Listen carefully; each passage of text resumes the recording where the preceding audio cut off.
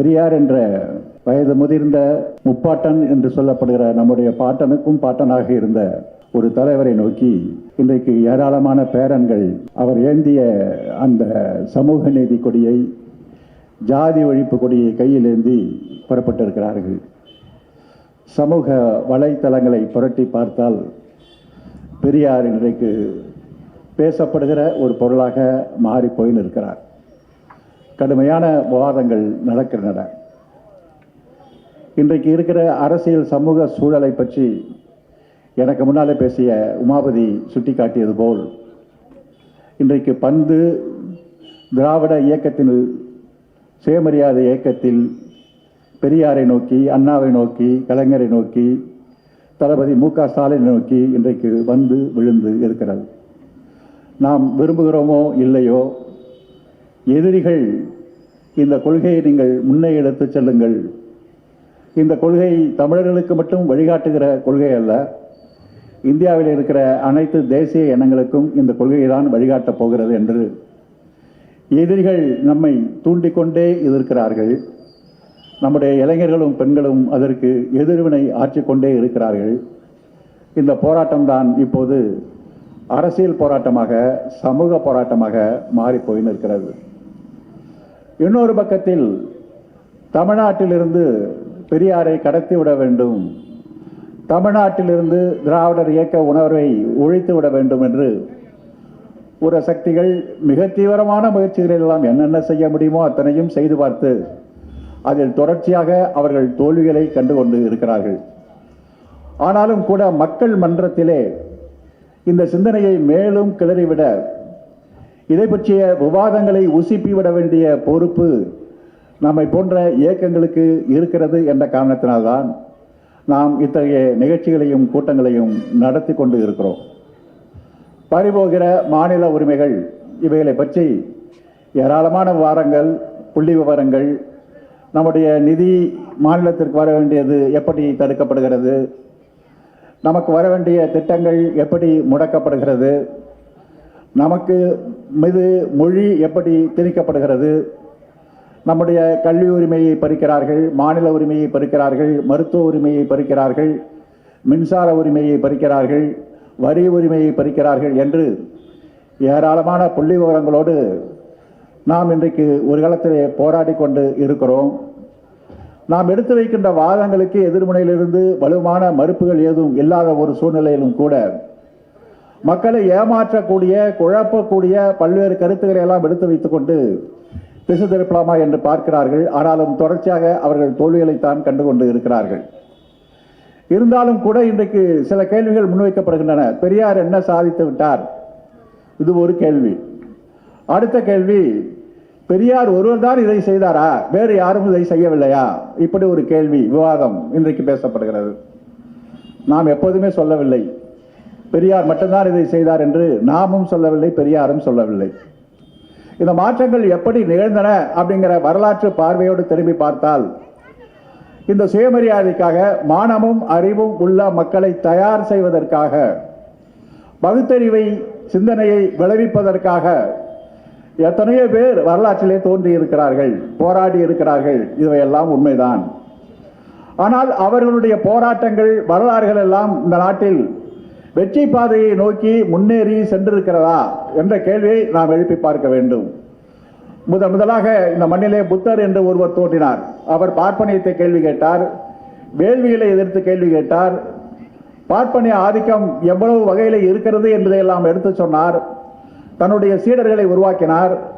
பெரியார் இயக்கம் இன்றைக்கு எப்படி அரசியலில் ஈடுபடாமல் இளைஞர்களை, தோழர்களை களத்தில் இறங்கி பரப்புரைகளை நடத்தி கொண்டிருக்கின்ற ஒரு இயக்கமாக இருக்கிறதோ, அதை போல அன்றைக்கு புத்தருடைய இயக்கம் அவருடைய ஏராளமான தொண்டர்களை நாடு முழுதும் அனுப்பி மக்களை சந்தித்து கருத்துக்களை எடுத்து சொல்லி புத்த மார்க்கம் வேதிய பார்ப்பனியத்தினுடைய அடக்குமுறை கொடுமைகளை ஓரளவுக்கு கட்டுப்படுத்தி இருந்த சூழ்நிலையில் தான் அந்த புத்த மார்க்கத்துக்குள்ளே அதை ஒழிக்க முடியாத பார்ப்பனியம் அதற்குள்ளே ஊடுருவி அதை இரண்டாக பிளந்து உருவ வழிபாட்டை எதிர்த்த புத்தரையே ஒரு மகாவிஷ்ணுடைய அவதாரமாக மாற்றி பார்ப்பனியம் செரிமானம் செய்து கொண்டது.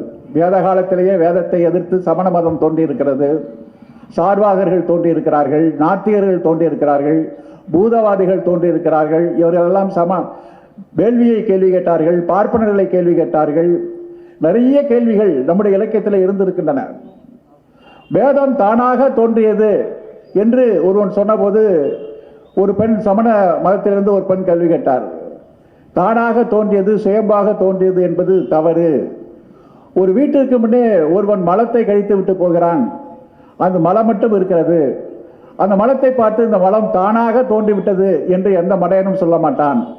ஏதோ ஒருவன் வந்து அந்த மலத்தை அங்கே போட்டு விட்டு போட்டிருக்கிறான் என்பதுதான் தானாக அறிவுக்கு வரும். எனவே தானாக தோன்றியது எப்படி என்று வேதர்கள் நடத்திய அந்த வேதத்துக்குள்ளே புகுந்து கேள்வி கேட்ட சமண இலக்கிய பெண்களை நாம் பார்த்திருக்கிறோம். ஆத்மா மோட்சத்தை எதிர்த்து மணிமேகலை காப்பியம் கடுமையான கேள்விகள் எல்லாம் எழுப்பி இருக்கிறது. ஒரு உடல் என்று சொன்னால் இன்றைக்கு இந்த ஆத்மா முன்பின் ஜென்மம், இங்கே ஒருத்தன் பார்த்து ஒரு பைத்தியக்காரன் இன்னைக்கு ஆஸ்பத்திரி சிறையில் இன்னைக்கு இருந்துட்டு இருக்கிறான், மகாவிஷ்ணு என்ற ஒரு அயோக்கியன். அவன் வந்து முன்ஜென்மப்படி தான் எல்லாம் நடக்கும் என்று சொல்லி ஊனமுற்றவர்களாக பிறப்பதற்கு முன்ஜென்மத்தில் செய்த பாவம் என்று சொல்லி அது ஆன்மீக பிரச்சாரம் சொல்கிறான். அதான் பெரிய வெட்கக்கேடு. இந்த ஆன்மீக பிரச்சாரத்திற்கு இந்த நாட்டினுடைய பள்ளி கல்வித்துறையில் இடம்பெற்று அதிகாரிகள் இருந்திருக்கிறார்கள். அந்த அதிகாரிகளெல்லாம் இனம் கண்டுபிடித்து அவர்களெல்லாம் யார் என்ற முயற்சிகளில் இப்போ வந்து பள்ளி கல்வித்துறை ஈடுபட்டிருக்கு. எந்தெந்த கல்வித்துறையில் எந்தெந்த ஆர்எஸ்காரன் போயிருக்கிறான். இன்றைக்கு ஒரு செய்தி வந்திருக்கிறது, நான் வரும்போது பார்த்தேன். இந்த பள்ளி கல்வித்துறை அதிகாரிகளை கண்காணிப்பதற்காகவே ஒரு குழு தமிழ்நாடு அரசு போட்டிருக்கிறது. அந்த அளவிற்கு இந்த ஊர்வல் என்பது இன்றைக்கு அதிகார வர்க்கத்தில் நடந்து கொண்டு இருக்கிறது. அவன் சொல்லி இருக்கிறான், போன ஜென்மம் இந்த ஜென்மம். அப்போ போன ஜென்மத்தில் செய்தது தான் இந்த ஜென்மத்தில் ஊனமுற்றவர்கள் பிறக்கிறார்கள். போன ஜென்மத்தில் செய்தவர்கள் தான் அப்படின்றதுல தீண்டாமை பிறந்தவர்கள்லாம் போன ஜென்மத்தில் பிறந்தவர்களா அப்படிங்கிற கேள்வியெல்லாம் கேட்க வேண்டியிருக்கு. ஆக இப்படிப்பட்ட ஒரு திட்டமிட்ட பிரச்சாரம் ஆர்எஸ்எஸ் காரர்களால் இறக்கி விடப்பட்டு அதன் மூலம் ஒரு என்ஜிஓ சங்கம் அமைப்பட்டு இப்படி பிரச்சாரங்கள்லாம் அனுப்பிச்சிட்டு இருக்கிறாங்க. அந்த முன்ஜென்மம் பெண்மந்தை பற்றி அன்றைக்கு மணிமேகலை போன்ற சமண இலக்கியங்கள்லாம் கேள்வி கேட்டிருப்பதாக வரலாறு இருக்கு. எப்படின்னா ஒரு மனிதன் இறந்து போனதுக்கு அப்புறம் உயிர்ங்கிறது கிடையாதுடா. உடல் அப்படிங்கிறது வந்து பல உறுப்புகளால் ஆனது, பல உறுப்புகள் சேர்ந்த ஒரு உடல். அது இறந்து போனதுக்கு அப்புறம் தனித்தனியாக ஒவ்வொன்றும் அழிஞ்சு போயிடுது. அப்புறம் எப்படிதான் ஆன்மா என்று வரும் என்ற கேள்வியை வந்து மணிமேகலை போன்ற காவியங்கள்லாம் அந்த காலத்தில் கேட்டிருக்கிறாங்க. இது தொடர்ச்சியாக நடந்து கொண்டு இருக்கிறது, இல்லை என்று நாம் சொல்லவில்லை. சித்தர்கள் அப்படிங்கிறவங்க தோன்றாங்க, அவங்களும் வந்து கோயில் ஏதரா குளமேது ஏதரா என்ற கேள்வியெல்லாம் அவர்களும் கேட்டு இருக்கிறார்கள். ஆனால் இந்த பார்ப்பனியத்தை வேதத்தை எடுத்து தொடர்ச்சியாக கேள்வி கேட்டவர்கள் எல்லாம் ஒழிக்கப்பட்டார்கள், அகற்றப்பட்டார்கள், ஊடுருவி அழிக்கப்பட்டார்கள். இந்த வரலாற்று தொடர்ச்சியிலே பார்க்க போது அதத்தை எதிர்த்து புறங்கண்டு அவர்களை ஊடுருவலை தடுத்து நிறுத்தி வெற்றி கண்டு வெற்றியை கண்ணால் பார்த்து மறைந்த ஒரு தலைவராக பெரியார் இருக்கிறார் என்பதுதான் பெரியார் ஒருவரே தலைவர் என்பதற்கு நாங்கள் சொல்கிற காரணங்கள். இதற்கான பதிலை நீங்க மறுத்துட்டு தான் நீங்க வரணும். பெரியார் இருக்கிறார். வரலாற்று போக்கில் வந்து யார் ஒரு தனி மனிதர் மாற்றத்தை கொண்டு வர முடியாது. ஆனால் ஒரு சமூக போக்கினுடைய வரலாற்று போக்கில் இந்த மாற்றத்தை கொண்டு வர வேண்டும் என்பதற்காக ஒரு எதிர்நீச்சல் போட்ட ஒரு தலைவர் பெரியாராக இருக்கிறார். அவர் அதற்காகவே குடியரசு என்ற ஒரு பத்திரிகையை தொடக்கினார். அது 100 ஆண்டு காலம் அந்த குடியரசு பத்திரிகை. எப்படி திராவிடர் என்ற ஒரு தனித்த இனம் உண்டு, ஆரியர்கள் வேறு திராவிடர்கள் வேறு என்பதை ஒரு நூற்றாண்டுக்கு முன் ஜான் மார்ஷல் என்ற பிரிட்டிஷ்காரன் இங்கே தொல்பொருள் ஆராய்ச்சித்துறை இயக்குநராக இருந்தபோது நேற்றைய தினம்தான் 100 ஆண்டுகளுக்கு முன்பு அவன் அறிவித்தான். நேற்றொன்று 100 ஆண்டு. அவன் சொல்லுவதற்கு முன்பு இது வேத காலத்தின் பூமி, இது ஆரியத்தினுடைய பூமி என்று சொல்லுவதற்கு ஒரு கட்டமைப்பு கற்பனையை இதில் எடுத்துக்கிட்டான்னு சொன்னா ராமாயணத்தம், பாரதம், வேதம் இவைகளை வைத்துக்கொண்டு இது இந்த வேத புராண கற்பனைகளை வைத்துக்கொண்டு இதுதான் இந்த பூமின்னு சொன்னான். ஆராய்ச்சி பூர்வமா எவனும் சொல்லல. ஜான் மார்ஷல் வந்து தான் இவங்களுக்கு சரியான செருப்படி கொடுத்தாரு. அகழ்வாராய்ச்சி நடத்தி மோஞ்சதாரோ ஹரப்பா என்ற பகுதிகளிலே வாழ்ந்தவர்கள் திராவிடர்கள். அவர்களுக்கும் ஆரியர்களுக்கும் எந்த சம்பந்தமும் இல்லை. ஆரியர்களுக்கு முன்பே அவர்கள் குடியேறி விட்டார்கள். அவர்கள் இந்து மதம் என்கிற மதத்தை பற்றி எந்த வேத மதத்தை அவர்கள் பின்பற்றவில்லை. அவருடைய பேசுகிற மொழிக்கும் ஆரியர்கள் பேச மொழிக்கும் எந்த ஒட்டும் இல்லை, உறவும் இல்லை என்று முதலாக அவன் தான் நிறுவி சென்று திராவிடர்கள் என்ற ஒரு தனித்த இனம் ஆரியத்திலிருந்து மாறுபட்டது என்று அவன் சொல்லியிருக்கிறான். அந்த நாளை நம்முடைய தமிழக முதலமைச்சர் அவர்கள் நேற்று அறிவித்திருக்கிறார்கள். நன்றி ஜான் மார்ஷல் அவர்களே. திருத்தப்பட்ட வரலாற்றை மீட்டெடுத்து திராவிட இனத்திற்கு சொன்ன ஜான் மார்ஷல் அவர்களே, உங்களுக்காக நன்றி. உங்களுடைய நூற்றாண்டில் இந்த திராவிட மாடல் அரசு திராவிட சர்வதேச மாநாடு ஒன்றை கூட்டப் போகிறது, உங்களுக்கு சிலை வைக்கப் போகிறது என்று நேற்று ஒரு பிரகடனத்தை அறிவித்திருக்கிறார்கள். இந்த பிரகடனம் ஆரிய பார்ப்பனியத்திற்கு எதிரான ஒரு பிரகடனம். இந்திய வரலாற்றிலேயே பெரியார் ஒருவர் தான் இடஒதுக்கீடு உரிமைகள் பறிக்கப்பட்டது, வகுப்பு வாரி உரிமை பறிக்கப்பட்டது. சமூகத்திலே சமத்துவம் ஏற்பட வேண்டும் என்று சொன்னால், வர்ணாசிரம கட்டமைப்பில் ஒரு சமத்துவத்தை உருவாக்க வேண்டும் என்று சொன்னால், அனைத்து சாதியினருக்கும் அனைத்து பிரிவினருக்கும் சமமான பங்கு கொடு, கல்வியில சமத்தை கொடு, அறிவுல சமத்துவத்தை கொடு, அதிகாரத்திலே சமத்துவத்தை கொடு என்று காங்கிரஸ் கட்சியில் இருக்கிற போதே போர்க்குரல் எழுப்பி, அதே குரலுக்காகவே சுயமரியாதை இயக்கத்தை தொடங்கி, அதே குரலுக்காகவே குடியரசு என்ற பத்திரிகையும் துவங்கி, தன்னந்தொரு ஒரு மனிதனாக இந்த தரணியிலே அவர் போரிட்ட ஒரு வீரராக இருக்கிறார். இந்த குடியரசு பத்திரிகையை நான் ஒருவனே அச்சிட்டு, நான் ஒருவனே எழுதி, நான் ஒருவனே படிக்கின்ற நிலை இருந்தாலும் இந்த பத்திரிகையை நான் தொடர்ச்சியாக நடத்துவேன் என்று அவர் சொன்னார். 2ஆம் ஆண்டு குடியரசு பத்திரிகையிலே பெரியார் எழுதுகிற போது சொன்னார், எனக்கு சோறு வருகிறது, எனக்கு எல்லோருமே எதிரிகளாக மாறிவிட்டார்கள், நான் சொல்லுகிற பேசுகிற பேச்சுக்கு குரல் கொடுப்பதற்கு ஒரு கட்சி இல்லை, ஒரு தலைவன் இல்லை, ஒரு ஆதரவு இல்லை, எனக்கு வேண்டிய நண்பர்களாக இருக்கிறவர்கள் அத்தனை பேரையும், தெரிவிக்காவில் இருந்து அத்தனை பேரையும் நான் எதிர்த்து அவர்களையும் நான் பகையாளியாக மாற்றிக்கொண்டேன். நான் எதிர்ப்பது என்பது எல்லாவற்றையும் எதிர்த்திருக்கிறேன். மதத்தை எதிர்த்திருக்கிறேன், ஜாதியை எதிர்த்திருக்கிறேன், சடங்கை எதிர்த்திருக்கிறேன், தேசியத்தை எதிர்க்கிறேன், பெண்ணடிமையை எதிர்த்திருக்கிறேன் என்று ஒரு நீண்ட பட்டியலை போட்டு, இதெல்லாம் பார்த்தீங்கன்னா இமயமலை வந்து வெயில்ல காயுதுன்னு கொடி பிடிக்கிற மாதிரி இருக்குப்பா என்னுடைய பயணம். ஆனாலும் நான் சில நேரங்களில் விலகி விடலாம் என்று கூட கருதுவது உண்டு. பிறகு யோசித்தேன், விலகுவதால் என்ன பயன்? ஒன்றும் நடக்கப் போவதில்லை. எனவே வெற்றியா தோல்வியா என்று இதில் பார்த்து விடுவோம் என்று ஒரு வழியாக நான் இறங்கிவிட்டேன் என்று சொல்லிதான் தன்னுடைய பயணத்தை அவர் தொடங்கினார். அந்த தொடர்ந்த பயணம்தான் சமூக நீதியினுடைய கதவுகளை, இந்திய அரசியல் சட்டத்தின் முதல் திருத்தத்தை இந்த நாட்டிலே கொண்டு வந்தது. கொண்டு வரப்பட்ட இந்திய அரசியல் சட்டத்தின் கல்வி உரிமை, வேலைவாய்ப்பு உரிமை என்பது தமிழ்நாட்டிற்கு மட்டும் கிடைக்கவில்லை, இந்தியாவிலே இருக்கிற அனைத்து மக்களுக்கும் கிடைக்கின்ற ஒரு கதவை அன்றைக்கு திறந்து விட்டதால் தான் எந்த காங்கிரஸ் கட்சி அன்றைக்கு பெரியாருடைய கொள்கைகளை ஏற்க மறுத்ததோ, அதே காங்கிரஸ் கட்சியுடைய தலைவர் ராகுல் காந்தி இன்றைக்கு சமூக நீதியை மையமான அரசியலுக்கு இன்றைக்கு கொண்டு வந்திருக்கிறார். பத்திரிகையாளர்களை பார்த்து அவர் கேட்கிறார், உங்களில் எத்தனை பேர் பிசி, உங்களில் எத்தனை பேர் எஸ்சி என்று அவர் கேட்கிறார்.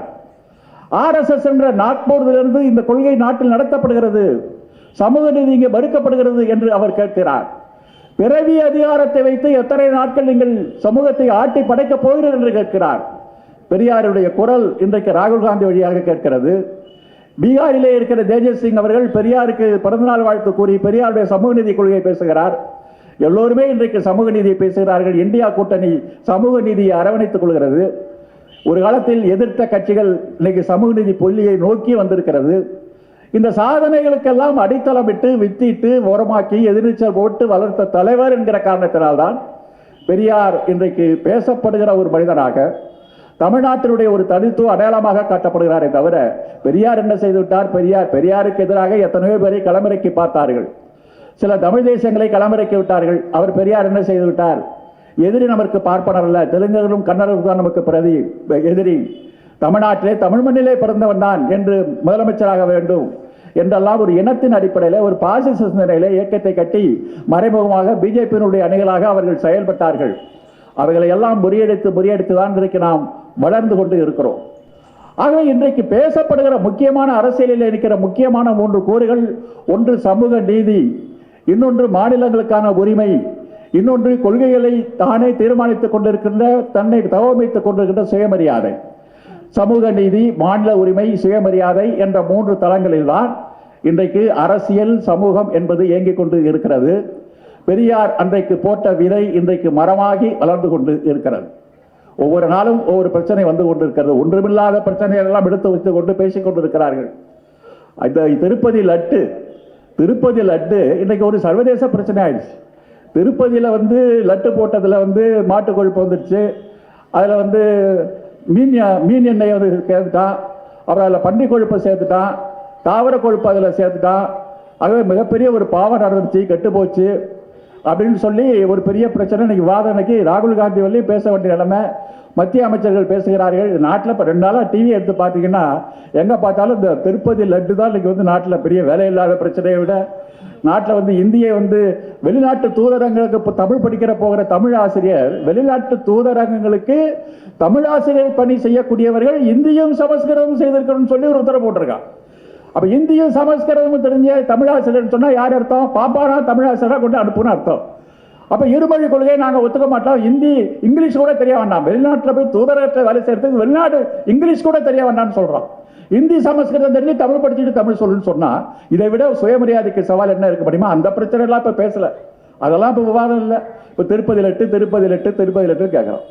அதுல வந்து என்ன நடந்துச்சு? இப்ப அந்த கொழுப்பு இப்ப கிட்டத்தட்ட அந்த திருப்பதி லட்டு வந்து 320 வருஷத்துக்கு முன்னாடி இந்த திருப்பதி லட்டு வந்து அமலுக்கு வந்துச்சு அப்படின்னு ஒரு தேதி வாரியா சொல்றான்.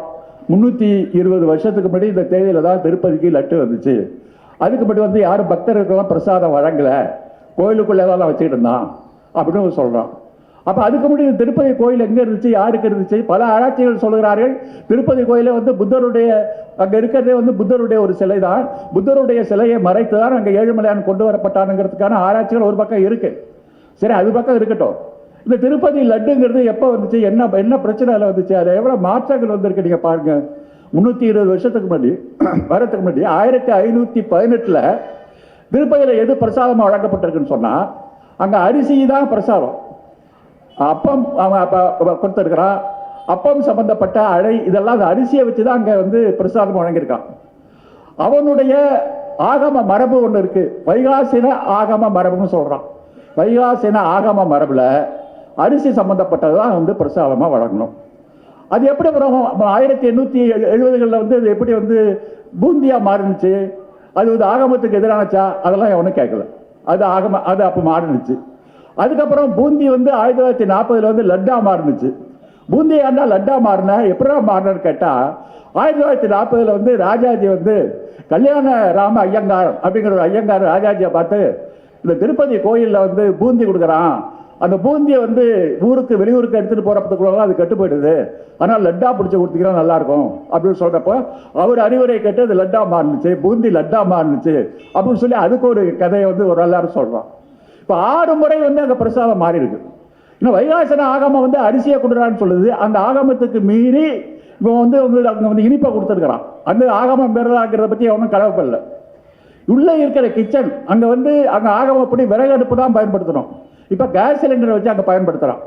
இன்னும் அடுத்த வருஷம் போச்சுன்னா அப்புறம் நவீனமான இப்போ வந்துருக்கிற இந்த அடுப்பெல்லாம் அங்கே கொண்டு போய் வச்சு பயன்படுத்த போகிறான். அங்கே வந்து உள்ள லைட்டு போட்டான், கண்காணிப்பு கேமரா உள்ள. இதெல்லாம் ஆகமப்படி இதெல்லாம் நடத்தவே கூடாது. இன்னும் சொல்ல போனா அங்க லட்டு பிடிக்கிற ஐயங்காரு மொட்டை அடிச்சுட்டு தான் உள்ள போகணும்னு விதி இருந்திருக்கு.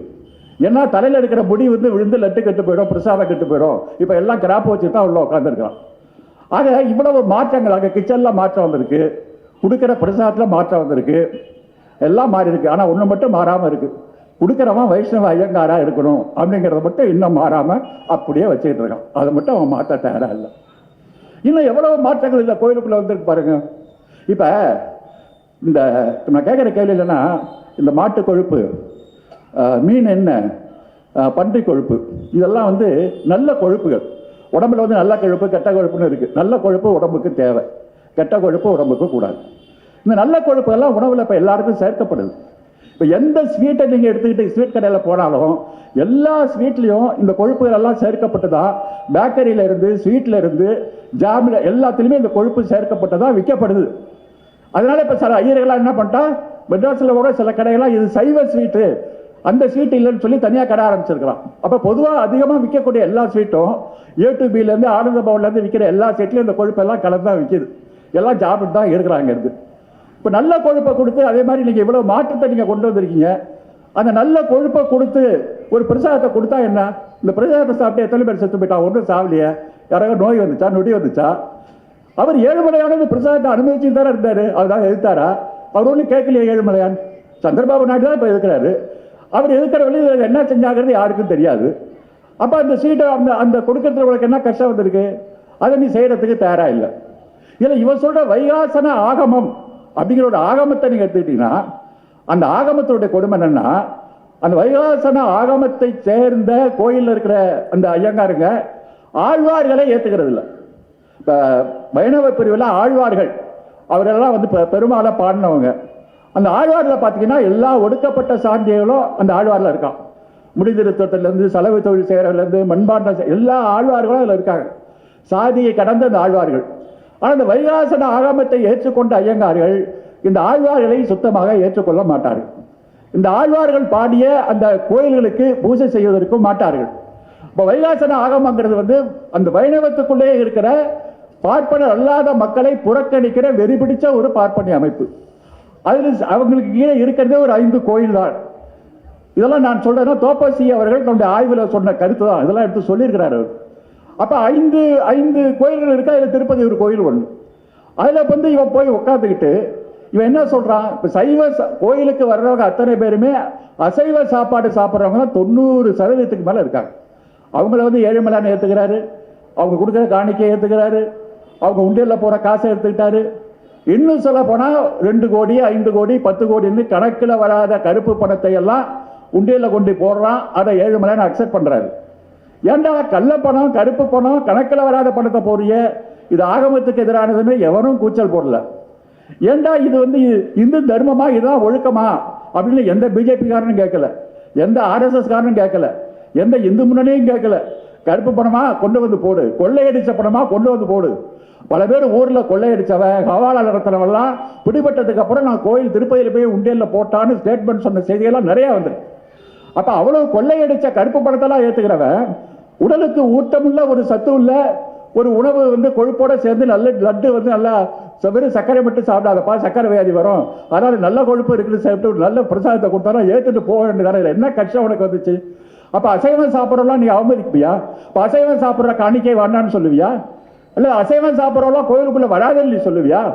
இப்போ இதில் என்ன நடந்திருக்குன்னு சொன்னா, இந்த பிராமண ஐயங்கார்கள் தங்களுடைய உணவு பழக்கம் எது, தங்களுடைய ஜாதி பழக்கம் எது, தங்களுடைய வர்ணாசிரமம் எது, தாங்கள் ஒதுக்கி வைப்பது எது, இதையெல்லாம் திருப்பதி ஏழுமலையான்னு இதைத்தான் சொல்றாரு. அப்படியே ஏழுமலையான் தலையில் அதை ஏற்றி வச்சுட்டு நம்மளெல்லாம் அடிமையாக்க இருக்க இதில் இருக்கிற தத்துவம். இதை விட்டுட்டு இன்னைக்கு என்ன நடக்கிறோம், நாங்கள் சுத்தமான நிலையை தான் தயாரிக்கிறோம், அது இவங்க தான் ஏமாத்திட்டாங்க. பழனி பஞ்சாமிர்தம் வந்து அப்படிலாம் கலப்படம் இல்லை, எல்லாம் சுத்தம் தான். ஏன்னா அவன் சொன்ன அந்த சுத்தங்கிற வட்டத்துக்குள்ளதான் எல்லாம் வாதிக்கிறாங்களே தவிர இதுல என்னடா தப்பு இருக்குங்கிற கேள்வி யாரும் கேட்க தயாரா இல்லையா? அதுக்கு வெளியில வர தயாரா இல்லையே? ஏன் இந்த பிரசாதத்தை அக்செப்ட் பண்ணல, என்னடா தப்புன்னு எவனும் கேட்க தயாரா இல்லையா? அந்த கேள்விதான் பெரியாரிய கேட்ட கேள்வி. அதுதான் பெரியார் எங்களுக்கு தந்த வெளிச்சம். அந்த கேள்வியை நாங்கள் கேட்கிறோம். என்ன தப்பு? பெரும்பாலான மக்கள் அசைவம் சாப்பிட்றப்ப அசைவத்தை வந்து பிரசாதமா கொடுக்கல, என்ன தப்பு இருக்கு சொல்லு? ஏழுமலையார் வந்து மறுக்க பன்றி அவதாரம் எடுத்திருக்கிறார். இதே பெருமாள் வந்து பன்றி அவதாரம் எடுத்து நரகாசுரனை அழிச்சிருக்கிறாரு. பன்றி அவதாரம் எடுத்தவரு இதே திருமலை கோயிலுக்குள்ள போய் பன்றியாக உட்கார்ந்து இருந்து அதுக்கப்புறம் அவருக்காக ஒரு கோயில் வச்சிருக்கான், வராக கோயில் ஒன்று கட்டி வச்சிருக்கான். அந்த கோயிலும் திருமலை தேவஸ்தானத்துடைய கட்டுப்பாட்டு தான் இருக்கு. அந்த ஆதி வராகன் ஆதி பன்றியினுடைய கோயிலுக்கு போய் வழிபட்டு திரும்பினாதான் முழுமையா ஏழுமலையான தரிசிச்ச நிம்மதி கிடைக்கும் அப்படி ஒரு ஐதீகத்துல. இல்லை பன்றி கோயில் ஆதி வராகன் கோயிலுக்கும் போய் கும்பிட்டு தான் எல்லாம் போறான். அப்ப நீங்க பன்றியை கும்பிடுறப்ப பன்றி இறைச்சியை வந்து பன்றியுடைய கொழுப்பை வந்து லெட்டில் கொடுத்தா என்ன கெட்டு வந்துருச்சு? அவனே பன்றி அவதாரம் எடுத்தவன் தானே. இந்த கேள்விகள் நாங்கள் கேட்போமா கேட்க மாட்டோமா? ஆக இது மாதிரி சின்ன லட்டு பிரச்சனை, இது மாதிரி பிரச்சனைகளை வைத்து இது உலகத்தில் இதான் ஒரு பெரிய விஷயம் என்பதை போல ஒரு கட்டமைக்கிற ஒரு மாய்மாத்து பயமாலைக்கு நடந்துகிட்டு இருக்கு. இதெல்லாம் வர்றப்ப இதை பற்றியான எதிர் விவாதங்களும் வளர்ந்து கொண்டே இருக்கின்றன. சமஸ்கிருதம் வந்தா எங்க சமஸ்கிருதம், எப்படி வந்து சமஸ்கிருதம் எதிர்கேள்வி வருகிறது. திராவிடம் ஒன்று பேசுறிய நாங்கள் தமிழ் அப்படின்னு கேட்டால் அதற்கு ஒரு எதிர்கேள்வி விவாதங்கள் வருது. அப்போ அவன் கேட்க எதிர்கேள்வி வருகிறது, விவாதங்கள் வருகிறது. திராவிடர் ஆரியர் உடனே கேட்குறான், இந்த நாட்டில் வந்து தமிழ்னா பிறந்தவன் தான் அந்த நாட்டில் முதலமைச்சராக வரணும் அப்படின்னு சொல்கிறான். இந்த மண்ணை சேர்ந்தவன் தான் முதலமைச்சராக வரணும் அப்படின்னு சொல்கிறான். இப்போ திராவிடன் ஆரியன் எல்லாம் ரத்த கலப்பெல்லாம் வச்சிருக்கீங்களா, ரத்த குருதியெல்லாம் வச்சிருக்கீங்களான்னு கேட்குறான். நாங்கள் சொல்கிறோம், பெரியார் சொல்கிறாரு, அப்பா நாங்கள் வந்து இந்த திராவிட ரத்தம் ஆரியன் ரத்தம் இதெல்லாம் தனித்தனியாக பிரித்து லேபரேட்டரி எடுத்து வச்சு நாங்கள்லாம் சோதனை செய்யலை. இதெல்லாம் ரத்த கலப்பெல்லாம் எப்பயும் ஏற்பட்டுடுச்சு, எனக்கு எல்லாம் தெரியும். ரத்த கலப்பு ஏற்படணுங்கிறதா என்னுடைய கொள்கை. சமூகத்தில் சாதிகளை கடந்த ஒரு ரத்த கலப்பு வரணும், சமூக சமத்துவமாக ஆகணும். பெரியார் வந்து இங்கே ராயப்பேட்டையில் லட்சுமிபுரம் யுவர் சங்கம்னு ஒரு அமைப்பு இருக்கு, எல்லாம் வயசானவங்க ரிட்டையர்டு பேப்பர்லாம் சேர்ந்து நடத்துவான். அதில் ஒரு வருஷம் ராஜாஜியினுடைய சிஷியர்கள் எல்லாம். அப்போ ஒரு தடவை பெரியாரை கூட்டப்ப பெரியார் அங்கே போய் பேசுறாரு, உங்களுக்கு எங்களுக்கு என்ன பிரச்சனை, நீங்கள் உங்கள் சாதி ஆதிக்கத்தை பார்ப்படுத்த ஆதிக்கத்தை விட்டு வந்துட்டீங்கன்னா உங்களோட நான் சண்டை போட வேண்டிய அவசியமே இல்லையே, இதை விட்டுட்டு எனக்கு வேற 1000 வேலை இருக்கு, அந்த வேலையை பார்க்க போவேன்னு உருக்கமாக கேட்டார் பெரியார். ஆக இன்றைக்கு திராவிட ரத்த குருதி கலப்பு எல்லாம் ஏற்பட்டுச்சு உண்மை. ஆனால் குருதி கலப்பு ஏற்பட்டதற்கு பிறகும் நீ சமத்துவத்தை ஏற்றுக்கொண்டாயா? அதுக்கு பெரியார் ஒரு உதாரணத்தை சொல்லுகிறார். என்ன சொல்றேன்னா, பிரிட்டிஷ்காரன் இந்த நாட்டில் இருக்கிறப்ப வெள்ளைக்காரனுக்கும் இங்க இருக்கிற இந்திய பெண்களுக்கும் 2 பேரும் கலந்து 2 பேருக்கும் குழந்தை பிறந்தது. அதுக்கு பேர் ஆங்கிலோ இந்தியன் அப்படின்னு பெயர் வச்சான். சரி, அவன் பிரிட்டிஷ்காரனா இருக்கணும், இல்லாட்டி இந்திய குழந்தையா இருக்கணும். அதை எதுக்கு ஆங்கிலோ இந்தியன் தனித்து அடையாளத்தோடு இருக்கு? அது மாதிரி நீ ரத்த கலப்பு ஏற்பட்ட பிறகும் கூட நீ ஒரு பிராமணன் அப்படிங்கிற ஒரு தனித்து அடையாளத்தோட வச்சுட்டு இருக்க. என் மொழிதான் உயர்ந்தது, என்னுடைய இனம்தான் உயர்ந்தது, மற்றவரெல்லாம் சூத்திரன், எனக்கு என்னுடைய மக்களுக்கு கல்வி கொடுத்தா கல்வி தகுதி போயிடும், தரம் போயிடும், என்னுடைய சமஸ்கிருத மொழி தான் கடவுளுக்கு கேட்கக்கூடிய மொழி, என்னுடைய பண்பாட்டின் அடிப்படையில் எல்லோரும் கல்வி கேட்கக்கூடாது, இதுக்காக நான் நீட் தேர்வு உண்டாக்குவேன். மாநிலங்கள் மாநில மொழி உரிமைகளை பேசினா இந்த நாட்டில் அது ஆபத்து. இந்திய தேசிய கட்டமைப்பு இருந்தால் தான் நாங்கள் பிழைக்க முடியும். எந்த தேசிய இடத்துலையும் நாங்கள் சேர்ந்துக்காம இந்தியன் சொல்லி எல்லா இடத்துலையும் போய் உட்காந்துட்டு ஆதிக்கம் செலுத்த முடியும். எங்களுடைய இந்தியின் வழியாக சமஸ்கிருதத்தை திணிக்க முடியும். வர்ணாசிரம கட்டமைப்பு பண்ண முடியும். கோயிலுக்குள்ள நாங்கள் தான் கும்பாபிஷேகம் செய்யணும், கோயிலுக்குள்ள நாங்கள் தான் அர்ச்சகர் செய்யணும், கோயிலுக்குள்ள நாங்கள் தான் எல்லா சடங்குகளையும் செய்யணும். எல்லா சடங்குகளையும் நிர்ணயிக்கிற அதிகாரம் எங்கள் கையில் தான் இருக்கு. சமூகத்துக்கு எல்லாத்துக்கும் தலைமை தராங்க நான் தான் என்று சொல்லி ரத்த கலப்பு நடந்ததற்கு பிறகும் நீ உன்னை தனிமைப்படுத்தி எங்களை அடிமைப்படுத்தி கொண்டிருக்கிறாயே, அதைத்தான் நாங்கள் கேள்வி கேட்கிறோமே தவிர ரத்த கலப்பெல்லாம் யாரும் வச்சு நாங்கள் குருதி நடிப்பில்லை. ஹிட்லரை போல நாங்கள் பேசவில்லை, பாசிசம் பேசவில்லை. பாசிசத்தை பற்றி 2வது உலகப்போர் நடந்த போது குடியரசு பத்திரிகையிலே பக்கமாக பாசிசத்தை பற்றிய ஆய்வு கட்டுரைகள் வந்திருக்கிறது. பெரியார் அதில் எழுதியிருக்கிறார், நான் பாசிச ஹிட்லர் பேசுகிற இனவாதத்தை பேசவில்லை, சமத்துவத்திற்காக பேசுகிறேன், குருதியின் அடிப்படையில் நான் பேசவில்லை, சமூக உரிமைக்காக பேசுகிறேன் என்று தெளிவாக இதிலே அவர் பதிவு செய்து காட்டியிருக்கிறார். ஆக இப்படிப்பட்ட வருகின்ற பிரச்சனைகள் எல்லாம் இன்றைக்கு திராவிடத்தை நோக்கி வருகிறது, பெரியாரை நோக்கி வருகிறது. இந்துத்துவத்திற்கு மாற்றாக ஒரு மதச்சார்பற்ற ஆட்சி நடக்கின்ற ஒரு ஆட்சியை நோக்கி வருகிறது. இந்த பின்னணியிலே தான் இன்றைக்கு தமிழ்நாட்டில் நடந்து கொண்டிருக்கின்ற இந்த திராவிட மாடல் ஆட்சிக்கு உள்ளான நெருக்கடிகளும் இன்றைக்கு அவர்களால் கொடுக்கப்பட்டு வருகிற சூழ்நிலையில் தான் பெரியாரியம் இந்த பாதையில் எந்த வெளிச்சத்தை காட்டுகிறது. இளைஞர்களை தயார் செய்ய வேண்டும் என்பதற்காக இந்த கூட்டத்தை நடத்துகிறோம். ஏராளமான இளைஞர்கள் இன்றைக்கு முகநூல் வழியாக வந்திருக்கிறார்கள். எல்லாவற்றையும் விட பெண்கள் தங்களுடைய அடையாளமாக பெரியாரை இன்றைக்கு கையில் இருந்து இருக்கிறார்கள். பல பிராமின் பார்ப்பன குடும்பத்தைச் சேர்ந்த பெண்களே முகநூல்களில் இன்றைக்கு பெரியாரை பற்றி பேசுவதை நாடு பார்த்து கொண்டு இருக்கிறது. பெண்கள் கூட பார்ப்பனிய கட்டமைப்பில் அவர்களும் சூதரர்கள் தான், அவர்களுக்கு உபநயனம் கிடையாது, அவர்கள் அடிமைகள் தான், வீட்டில் மொட்டையடித்து அடிமைப்படுத்தி கொடுமைப்பட்டவர்கள் தான். அவர்கள் தங்களுடைய வரலாறுகள் நினைத்து அவர்களும் இன்றைக்கு பெரியாரை தூக்கி கொண்டிருக்கிறார்கள். எனவே பெரியார் சுயமரியாதை இயக்கம் தொடங்கிய காலத்திலிருந்து இன்றைக்கு 2024 வரை இன்றைக்கு அறிவியல் யுகம், ஏஐ வந்து விட்டது, ஆர்டிபிஷியல் இன்டெலிஜென்ஸ் வந்து விட்டது. ஆர்டிபிஷியல் இன்டெலிஜென்ஸ் கலைஞர் அவர்களை நாற்காலியிலே உட்கார வைத்து உயிரோடு பேச வைக்கின்ற அளவுக்கு இன்றைக்கு ஆர்டிபிஷியல் இன்டெலிஜென்ஸ் வந்து இருக்கிறது. ஆர்டிபிஷியல் இன்டெலிஜென்ஸ் கலைஞரைத்தான் பேச வைக்க முடியும். ஆனால் ஆர்டிபிஷியல் இன்டெலிஜென்ஸை பயன்படுத்தி இந்த சிவகனையோ பெருமாளையோ பேச வைக்க முடியாது. ஏனென்றால் அவர்கள் எப்படிப்பட்டவர்கள், எங்கே இருக்கிறார்கள் என்பது யாருக்கும் தெரியாது. இவரை பற்றி தெரிந்த காரணத்தால் இவரை பேச வைக்க முடியும். எனவே இப்படிப்பட்ட ஒரு அறிவியல் உலகத்தில் வந்ததற்கு பிறகும் கூட இளைஞர்கள் இந்த சமூக மாற்றத்தை நோக்கி முன்னெடுக்க செல்லாமல் பழைய கொள்கைகளை கொண்டு வந்து போட்டு நமக்கு பின்னோக்கி இழுத்துச் செல்கின்ற நிலையில் இளைஞர்கள் இவைகளெல்லாம் பார்த்து இன்றைக்கு ஒரு பெரியாரிய பாதையில், திராவிட இயக்க பாதையில் வந்து கொண்டிருக்கிறார்கள். வந்து கொண்டிருக்கின்ற இலைகளை நாம் மேலே வென்றெடுத்து இளைய சமுதாயத்தினுடைய புரட்சி ஒன்றை நோக்கி நாம் வழிநடத்த வேண்டும். அந்த வழிநடத்துவதற்கான மையம் தமிழ்நாடு மட்டுமாகத்தான் இருக்கும். தமிழ்நாடு நமக்கு ஒரு மிகச்சிறந்த களம். இந்தியாவிற்கே வழிகாட்டி வெற்றி கொடியை நோக்கி முன்னேறி சென்று கொண்டிருக்கின்ற ஒரு மாநிலமாக இன்றைக்கு தமிழகம் இருக்கிற சூழ்நிலையில் இந்த வாய்ப்பை பயன்படுத்தி இங்கே நாம் தூக்குகிற இந்த புரட்சிகரமான கொடி என்பது இந்திய மாநிலங்கள் அனைத்திலும் எதிரொலிக்கிற வர்ணாசிரமத்தை, வைதிகத்தை எதிர்க்கின்ற ஒரு கொடியாக, புரட்சி கொடியாக மாற்றுகிற பாதை நோக்கி செல்வோம். இதுவே பெரியார் பிறந்த நாளில் நாம் எடுக்கிற உறுதிமொழியாக இருக்கும் என்று கூறி விடைபெறுகிறேன். நன்றி.